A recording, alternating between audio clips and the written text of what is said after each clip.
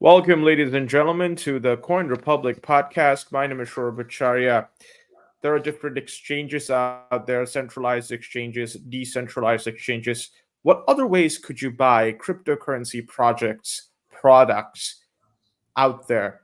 Well, today I have a company that doesn't act as sort of acts as a middleman. They're not unique, but they're unique in their own sorts of way that you could buy different international cryptocurrency projects without the hassle of going into either a centralized or a decentralized exchange.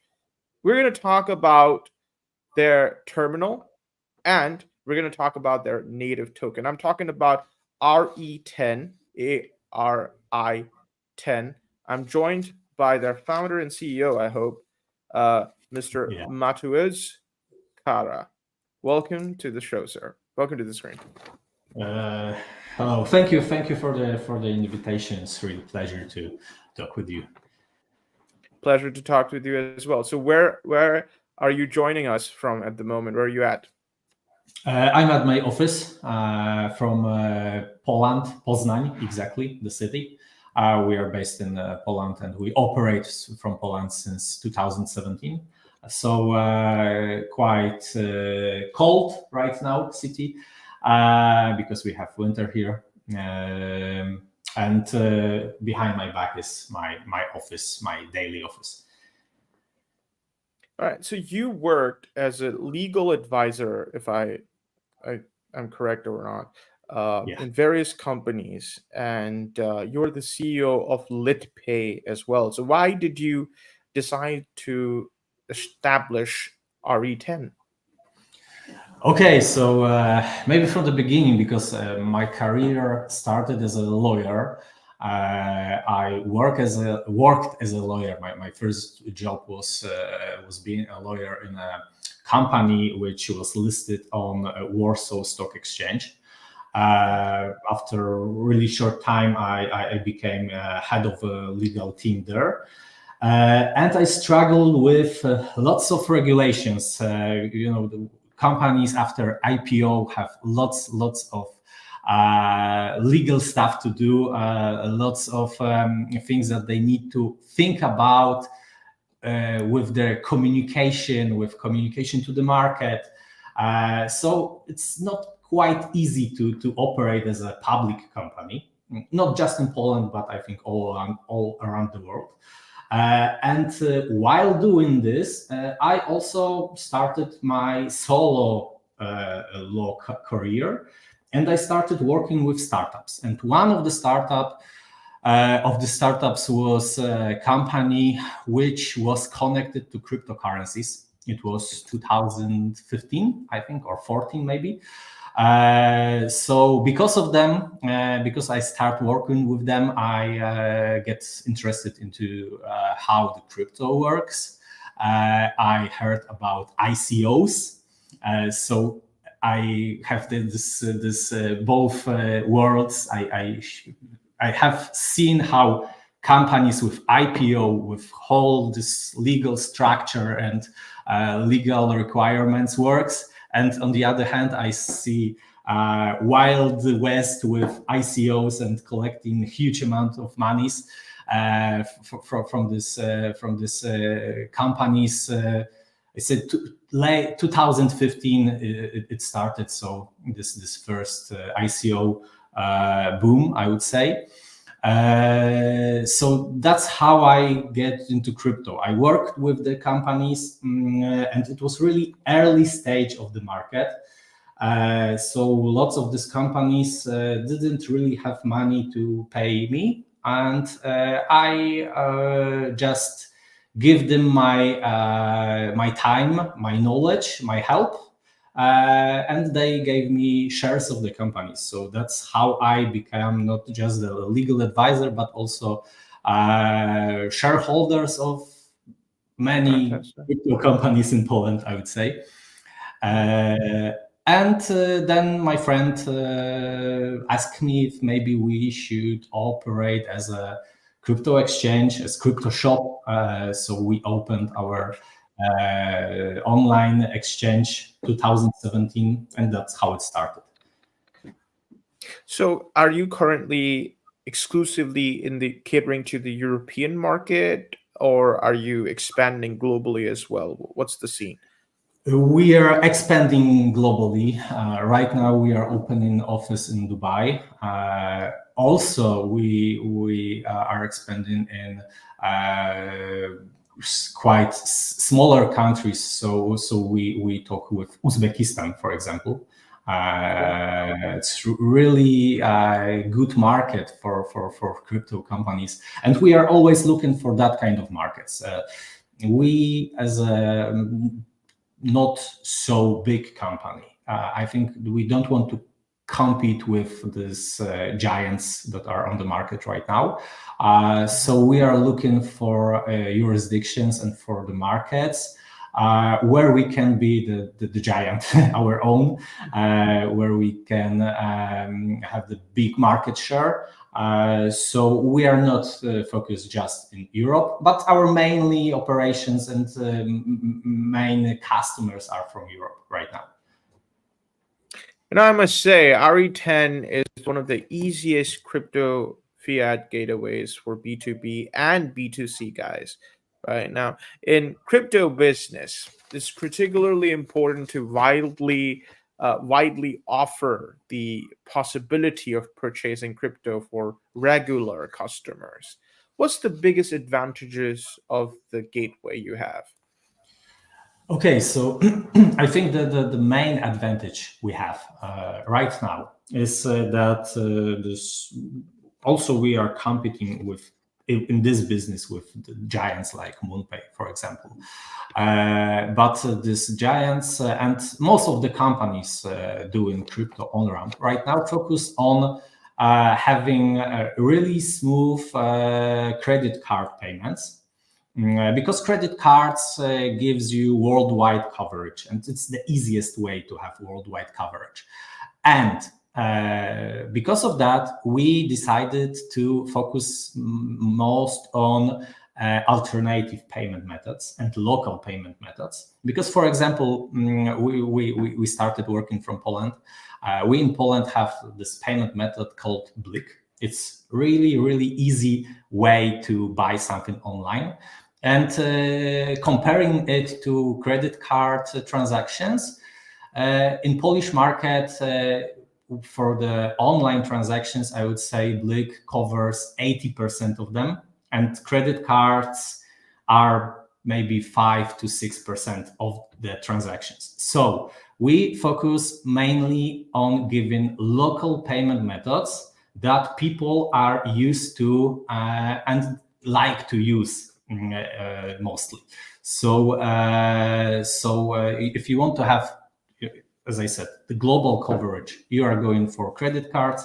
If you want to give better UX for local communities, for local people, you need to focus on what they want to use and how they want to pay in the internet. So our main focus is to give this alternative payment methods, range of alternative payment methods for markets that we're thinking about. And the second advantage is our flexibility, because we want to be a partner with our customers. We want to be a partner to crypto projects that we are working with. So we are quite flexible of how we can operate and also how you can implement our solutions to your ecosystem, because it's not just the gateway. We have a variety of products we use for crypto on ramp and off ramp, so you can choose the best way for your project to cooperate with us. Now, your native token, you're about to launch it, if I'm correct here, right? RE10 tokens. It's launched. Oh, it's launched already. So yeah, I've heard that it allows when? 2021. Oh, fantastic. All right. Oh, so okay. I mean, I've read that your tokens allows for lower commissions in RE10 products and provides access to private groups as well. Could you give us more examples of other benefits of using RE10 tokens in particular?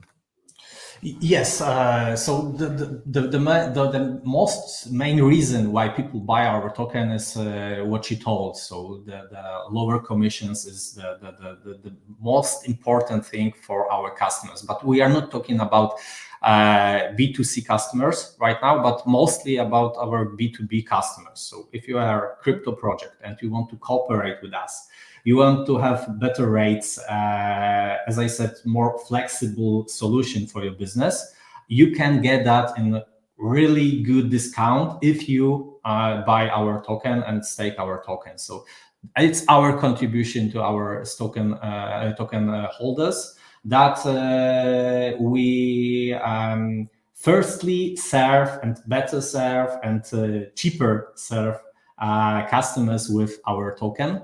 And they are buying lots of them. So I think it was a good idea to do it that way. That we have right now, we have mostly small holders. After our launch. So right now, companies that work with us buy lots of these tokens to stake them to have better rates. And we are exchanging the token holders. So it was a good idea. And the second part, you talk about the private groups. I know how it sounds, but it's beneficial, and I think it's the most beneficial part for the private token holders, because we are connected to many other projects at the crypto market, local, I would say, projects, but not only. So we give them access to really early stage investments, to another projects that cooperate with us, that comes to us in really early stage. So we are not quite a launchpad, I would say, but having access to this group allows you to be a really early stage investors in projects that we think that will grow really nice, and that are cooperating with us. So it's the main reason private investors buy our token, to be in that groups. And we also we are also meeting with people from these groups. We give them a little bit of our knowledge. So it's this two main reasons. Right now we are launching 2 products because we are a really centralized company, but we are launching 2 more DeFi products. But right now I cannot tell anything more about it. It will update our community after. No worries. We're going to touch base after its launch again. So RE10 had a deflationary model, from what I heard, and it also offered a 50% APR to its users. What led to the decision to move away from the previous thresholds? Will there be new staking models at similar levels? No, it wouldn't. At that time when we started this APR and we started the staking program, the numbers were good, and we thought that it's a good idea. But the market changed, and right now we also changed the staking program. We do not offer this 50% APR, and I really don't think that we will come back to this high APRs in the future. Right now the APR, I think, are 2 or 3%, and we will stay with that. But you asked why, and why we say that is deflationary. Mostly because we are burning a lot of tokens, and our Excel shows us that if we give this 50% APR, we still burn more tokens than we will give with this APR. But then market change, and I don't think we burned that much as we thought we will. But this previous 6 months after start of our gateway were the best profitable months of our company, so we started burning more and more tokens right now from our profits. Your terminal in particular is that's what intrigued me the most about RE10. Could you explain to our users what is it and how you ensure that sales points remain safe? Okay, so the crypto terminal, when we started 2017, when we started with online services, we always wanted to have also offline exchanges. But as a company, we wanted to grow and not just think about maintaining stationary points. So we ended up with the solution, which is the crypto terminal. Crypto terminal is a really simple device that allows you to open your own crypto exchange, stationary crypto exchange, most important, cash crypto exchange. That's because, and we thought about it because we wanted to scale it and we wanted to grow really fast. So right now we have more than 150 stationary points with cryptocurrencies. In Poland and also outside of Poland, right now we are mostly focusing on opening these offices outside of Poland. So we are building a worldwide network of stationary offices, and that's how this product work. And you ask about safety of this solution. So there are two types of safety. First, customer safety. And I think our product is competing right now with crypto ATMs. And I think it's for the customer, from the customer point of view, it's much safer to go to some office, talk with real person and make buying or selling cryptocurrencies with cash, then doing it with just the ATM somewhere in a shopping mall or in a public where people can see you, and where if something went wrong with the transaction, because it happens, it's always easier to find a solution sitting next to person who's making the transaction than just calling some customer support somewhere and waiting for the response. So from the customer point of view, I think it's much safer. And also from the operator, so from our partner who holds this crypto terminal and is providing this kind of service, we also pay much attention to help them with the security reasons. We operate it as a franchise, so we give them our procedures and we teach them how to operate these transactions in a safety way. So I think from our side, we do our best to make it safe also for the people who want to have this crypto terminal and want to operate as a stationary crypto exchange. Got it. Now, since you declared yourself deflationary, have a deflationary model because you burn the tokens, you said, right? So I have to ask, is proof of reserve a better way for cryptocurrency exchanges to show good intentions to their users? And what other practices do you believe are important for an exchange? Okay, so right now in Europe, we prepare for the MiCA regulation. So proof of reserves wouldn't be just the good idea to show good intentions, but it will be necessary for all the exchanges to have. Mostly, and most important, to separate crypto assets belonging to customers from the crypto assets belonging to the exchange. I think it's the most important part, because most of the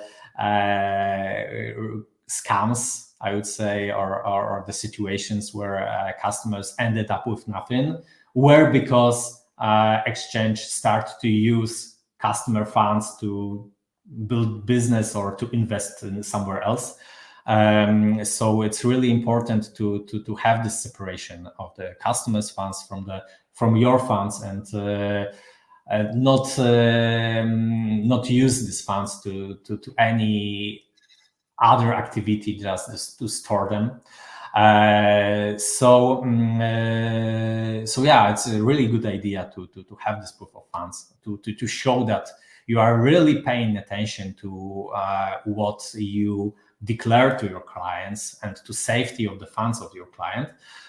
Because mostly, in my opinion, if you cannot show that you have reserves as much as customer deposits, mostly you are using it in a way that customers don't know, and most important, I think, are not happy with. So you are taking a risk on not your money. Since you have an extensive legal background, and you have other crypto ventures as well, and you talked about Mica, I have to ask this. Mica introduced 3 types of assets: utility token, asset reference token, and electronic money token. Now, art and e-money are essentially stable coins, the authority of which has been given to European Banking Authority. Doesn't it deviate significantly from the original goal of crypto, which is decentralization? Yes, yes, it is. But I think that there's also another answer to that question, because I operate in that market for many years right now, and just talking about crypto market, how it looks in 2023, you can say that it's mostly not decentralized. The biggest players that are in the game right now are centralized exchange. Most of the projects, maybe customers, and we don't really know how many of them are also owned by sexes. So our market started to be centralized instead of decentralized, because of how users want to use cryptocurrencies. I'm not talking about people really into crypto, really into the decentralization, because there's really wide aspect of people just being in that market because they believe in what Bitcoin is all about. And there's the second part of people who are going just with the hype, and they don't pay at all attention of the decentralization aspect. They just want to have really smooth, easy user experience. They don't want to use decentralized exchanges because they are hard to use, because you need to learn how to use them.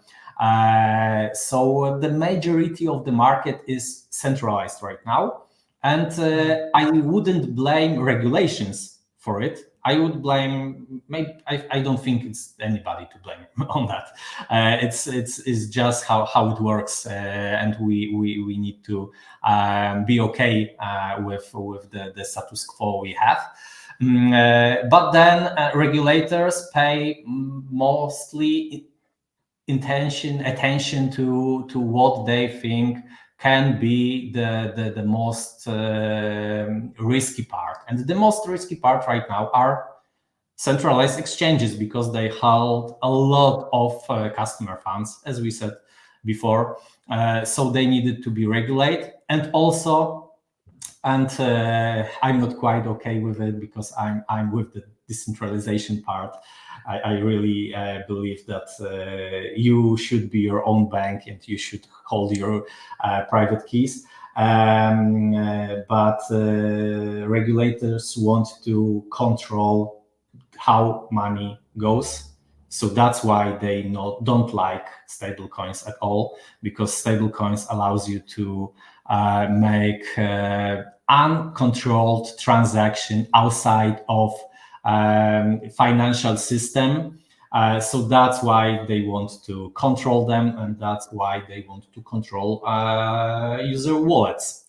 And also, I said that I'm not really quite a fan of it, but I think that everybody knew that it will end up that way in some future. So we just need to find our way with these new regulations. And from the perspective of the CEO of a crypto company, how we approach this regulation, because I think that it's also important part. For the startup, it's easier to operate, it's easier to start operating in our unregulated environment. It's easier, it's cheaper. You don't need to spend lots of cash on lawyers, regulations, bureaucracy, and stuff like that. You can just have really good developers, good idea, and some ideas how to attract customers, and you can operate. So when we started, it was really good timing for us that we started in really unregulated market. But after we grew, after our company become profitable, right now we have 60 employees, I think. Wow. So we are maybe not big, but quite mature company, I would say. For us, it's better to operate in regulated market. Why? Because of what I said before, because most of the startups will struggle with regulations. So for us, it will be easier to operate with regulated market, with regulators who knows us, than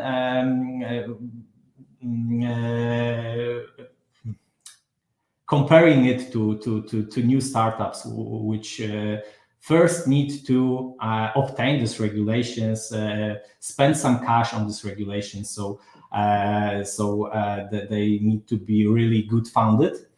And also, from the valuation point of view, I would also say that being licensed, being regulated, gives you also higher valuation. So if you want to make another funding round or some exit or stuff like that, it's always better for the company, for the owners of the company, to be regulated, to operate as a regulated market, because investors also value that point, that somebody checked you, that you are compliant.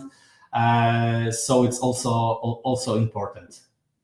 As I said, it's maybe not going well with this decentralization part, but we need to operate in the market which which are made for us, and we need to go with the flow, I would say.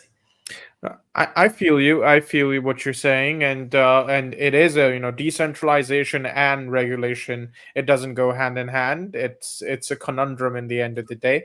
But I love the way that you spoke your heart out, Mr. Kara over here. We would definitely stay in touch. I would definitely love to cover your company more often, both LitPay as well as RE10. I think that your community is doing fantastic work out there. Thank you for giving us time today. Let's stay in touch. Let's see you on another podcast another day. Thank you very much. Bye.